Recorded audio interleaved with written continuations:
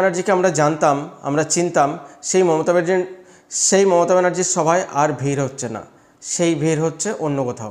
মমতা ব্যানার্জিকে দেখতে আর স্বতঃস্ফূর্তভাবে লোক আসছে না। আগে যেমন গ্রামকে গ্রাম ভেঙে স্বতঃস্ফূর্তভাবে মমতা ব্যানার্জি আসলে মমতা ব্যানার্জিকে কোনো নিমন্ত্রণ দিতে হতো না, গ্রামকে গ্রাম লোক বলো, পুরুষ বলো, মহিলা বলো, পৌঁছে যেত মমতা ব্যানার্জিকে দেখার জন্য, যেন কোনো সুপারস্টার আসছেন, এরকম একটা ভাবমূর্তি ছিল মমতা ব্যানার্জির। আজকের অনেকের হয়তো সেই দিনগুলির কথা মনে নেই, কিন্তু এরকম একটা সময় ছিল মমতা ব্যানার্জির। কিন্তু আজকে এমন একটা দুরবস্থা তৈরি হয়েছে, মমতা ব্যানার্জির সবাই নিমন্ত্রণ করেও লোক আনা যাচ্ছে না, খরচা করেও লোক আনা যাচ্ছে না, ভাড়া দিয়েও লোক আনা যাচ্ছে না, টিফিন দিয়েও লোক আনা যাচ্ছে না। আজকে বাংলার জনতা আর মমতা ব্যানার্জিকে বিশ্বাস করতে পারছে না, মমতা ব্যানার্জির কোনো কথাই বিশ্বাস করতে পারছে না। কিন্তু আমাদের মুখ্যমন্ত্রী মমতা ব্যানার্জির রাজনৈতিক সভায় যদি ভিড় না হয়, সেটা কেমন কথা? ভিড় তো তাকে বানাতেই হবে। আগে স্বতঃস্ফূর্তভাবে আসতো, কোনো সমস্যা ছিল না।